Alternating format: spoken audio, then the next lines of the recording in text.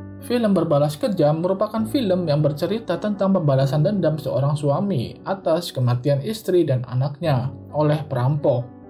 Bagaimana cerita selengkapnya? Simak video sampai akhir.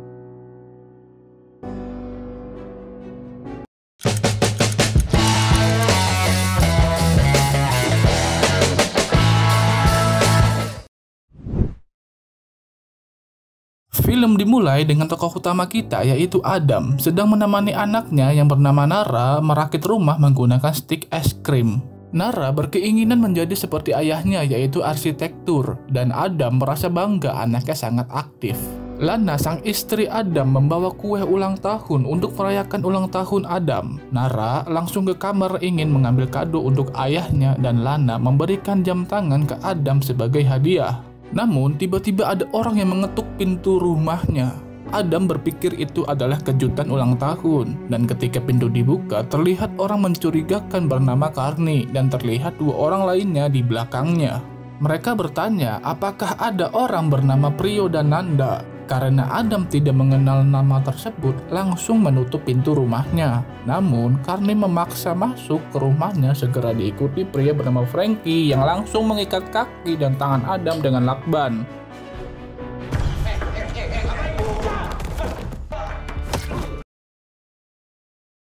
Di saat Carney dan Giat menguras harta Adam, istri Adam, Lana, dihajar hingga terjatuh dan Nara yang habis dari kamar langsung pergi bersembunyi namun dikejar oleh Giat. Niat Giat membekap Nara supaya diam karena terlalu lama dan kencang Nara kehabisan nafas dan mati. Adam hanya diam dan pasrah melihatnya dan Lana mengambil potongan pecahan piring dan menusukkan ke mata kiri Carney. Lana pun kehabisan darah akibat perutnya yang tertusuk pisau dan mati, dan Adam hanya menangis melihat anak dan istrinya mati di depannya. Dan Adam dibekap menggunakan kantong plastik supaya kehabisan nafas oleh pelaku, dan karena gelap mereka kurang hafal dengan wajah Adam. 2 tahun berlalu, kini Adam hidup dengan bayang-bayang kematian istri dan anaknya hingga keadaan rumahnya yang begitu berantakan. Setiap pagi, dia selalu melamun di dalam mobilnya, dan selama 2 tahun ini produktivitas kerja Adam menurun akibat psikologisnya terganggu. Sahabatnya Kian memberikan saran supaya dia berubah dan untuk pergi ke psikiater bernama Amanda, yang sudah terbukti telah membantu saudaranya. Setiap pagi, Adam selalu makan mie instan tanpa peduli kesehatannya. Keadaan psikis jiwanya semakin buruk. Dia pun mencoba menelpon dokter Amanda untuk berkonsultasi dan untungnya di hari itu dokter Amanda ada waktu dan mempersilahkan Adam untuk datang. Ketika mau berangkat, mobil Adam mengalami mogok dan terpaksa menggunakan taksi online. Adam pun bertemu dengan Amanda, tapi Adam tak percaya kalau Amanda bisa menyembuhkan psikologisnya. Meski Amanda sudah tahu masalahnya dari Kian, tetapi Amanda percaya kalau Adam bisa mengatasi traumanya jika ada kemauan. Amanda menyuruh Adam untuk mengatakan isi pikirannya dan merekamnya. Adam masih merasa marah dan dendam, menurut dia kekerasan dibalas kekerasan. Adam pun curhat mengenai masa lalunya dan mulai menangis. Itu bukan salah kamu. Itu salah siapa? Setelah konsultasi, Adam pulang menggunakan taksi online. Dalam mobil, Adam berbincang dengan si sopir. Tak sengaja, Adam melihat tato ikan di lengan sopir yang mirip dengan si perampok. Melihat itu, Adam langsung mengecek di aplikasi. Wajahnya sangat mirip. Sopir ini bernama Frankie. Adam menyuruh Frankie untuk melewati jalur alternatif. Dan ketika sampai, Frankie menyadari ada yang tidak beres. Ketika menoleh ke belakang, Frankie melihat Adam dengan penuh amarah. Tidak sempat lari, Adam langsung mencekik Frankie menggunakan sabuk pengaman hingga Frankie mati.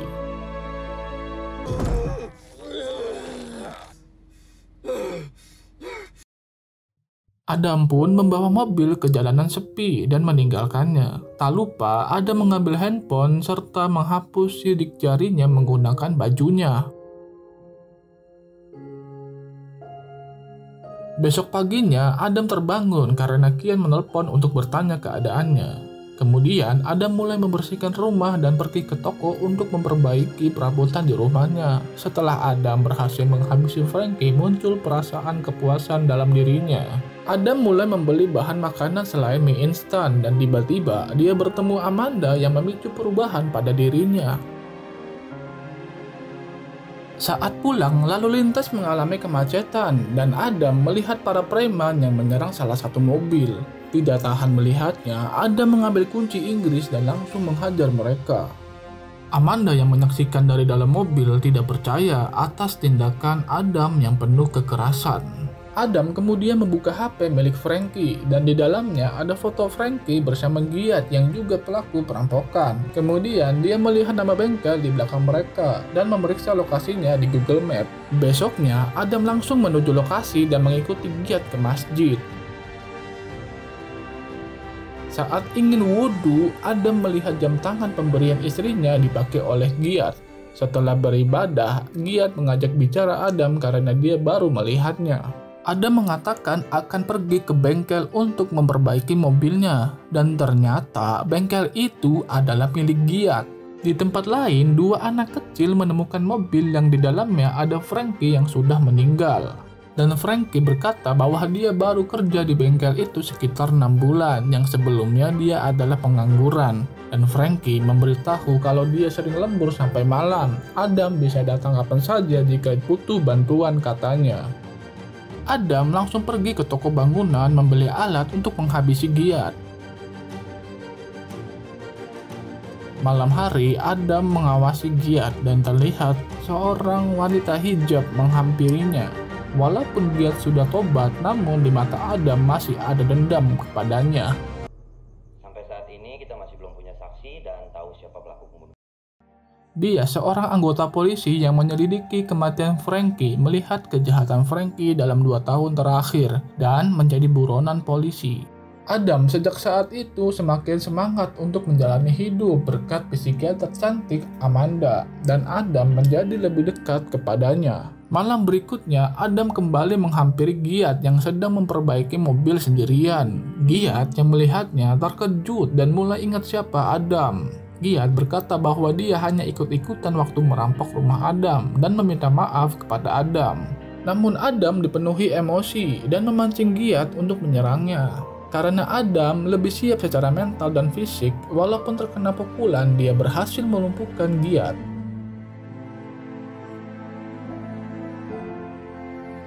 Paralon yang Adam bawa dimasukkan ke dalam mulut Giat yang sudah terhubung dengan knalpot mobil hingga Giat tewas akibat keracunan asap mobil. Setelah itu, Adam mengambil HP dan dompet milik Giat lalu membakarnya guna menghilangkan bukti di rumahnya. Kemudian Adam bermimpi tentang istrinya yang senang atas pembalasan dendam keluarganya. Sejak menghabisi Giat, Adam menjadi lebih baik lagi dalam mengurus rumah dan bekerja, serta semangat untuk memulai mencintai seorang wanita kepada Amanda. 2 tahun Adam tidak merasakan cinta dan memberanikan diri untuk mengajak Amanda makan bareng. Ternyata Amanda juga memiliki kenangan buruk waktu kecilnya, yaitu kematian kedua orang tuanya di depannya akibat kecelakaan. Sejak saat itu, Amanda dirawat oleh kakaknya dan berganti-ganti pengasuh dari saudara orang tuanya. Berkat kakaknya, Amanda kini menjadi seorang dokter. Karena sama-sama merasakan kesepian, mereka akhirnya lanjut berhubungan layaknya seorang kekasih. Besok paginya, Amanda harus pergi karena ada janji dengan pasiennya. Setelah Amanda pergi, tiba-tiba polisi datang, yaitu Diaz, menanyakan kepada Adam tentang Frankie. Adam yang mendengar itu berbohong kalau dia mengetahui tentang Frankie. Lalu Diaz melihat sekitar dan menemukan beberapa barang bukti seperti HP, lakban, dan kartu servis bengkel. Setelah itu, pihak polisi pergi dari rumah Adam. Malam harinya, Adam langsung membuang jauh barang bukti itu. Dan malam hari yang sama, Amanda mengajak Adam untuk main ke rumahnya dan makan bersama. Ketika Adam sampai di rumah Amanda, kebetulan ada kakak kandung Amanda, dan ketika menemuinya, Adam kaget bahwa ternyata dia adalah kepala perampok di rumahnya yang merenggut nyawa istri dan anak Adam yang bernama Carney. Adam langsung tidak nyaman untuk makan karena di pikirannya adalah untuk menghabisi Carney seperti dua yang lainnya. Keesokan harinya, sang polisi Diaz menemui Amanda untuk menanyai tentang Adam. Tetapi Amanda tidak memberitahu informasi apapun tentang Adam karena menurutnya itu melanggar kode etik. Dan Diaz langsung pergi setelah mendengar itu. Setelah mendengar ucapan polisi, Amanda mendengarkan rekaman curhat Adam dan menganalisanya. Amanda pun menyimpulkan bahwa kakaknya lah yang telah merampok rumah Adam 2 tahun lalu dan segera pulang. Dan di tempat lain, Adam datang lagi ke rumah Amanda untuk menghabisi Carney dan melihat dia meletakkan pistolnya. Adam langsung masuk dan Carney begitu kaget. Tapi dia sudah tahu bahwa Adam akan datang untuk menghabisinya seperti dua anak buah yang sudah dihabisi. Carney mengatakan bahwa dia bukan pembunuh, melainkan perampok. Kejadian itu tidak disengaja. Sekarang dia sudah tobat dan baru saja keluar dari penjara. Carney meminta maaf dan menyuruh Adam untuk berhenti dan memikirkan masa depan untuk hidup bersama Amanda. Namun, Adam tidak rela, keluarganya sudah direnggut darinya, tetap balas dendam. Kemudian, Carney memenuhi keinginan Adam. Lalu, dia masuk ke kamar mandi mencukur habis rambutnya. Dan menemui Adam lagi yang memegang senjata milik Carney. Carney meminta Adam untuk menembak, namun saat pelatuk ditarik, tidak ada pelurunya. Kemudian pertarungan terjadi, hingga keduanya merasakan pukulan satu sama lain. Tapi Adam lebih unggul karena sudah menyiapkan segalanya dan berhasil mengikat Carney seperti yang dilakukannya kepada Adam 2 tahun lalu. Saat Adam mau memukulkan palu ke kepala Carney, tiba-tiba muncul istri Carney dan anaknya. Carney memohon untuk melepaskan mereka. Lalu, tiba-tiba saja Amanda muncul dan berkata kalau Carney sampai tewas sama saja Adam menggali 2 lubang kematian buat dirinya sendiri dan kakaknya. Kini kakaknya sudah berubah dan baru keluar tahanan. Ia juga memiliki keluarga. Kemudian Adam menyerah. Tak lama kemudian, polisi datang untuk menangkap Adam dan Carney. Di dalam mobil, Adam tertawa karena balas dendam tercapai. Dan di dalam tawa itu ada tangisan penyesalan, sebab dia adalah pembunuh.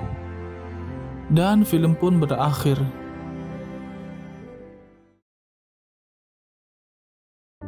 Nah, bagaimana menurut kalian film Berbalas Kejam ini?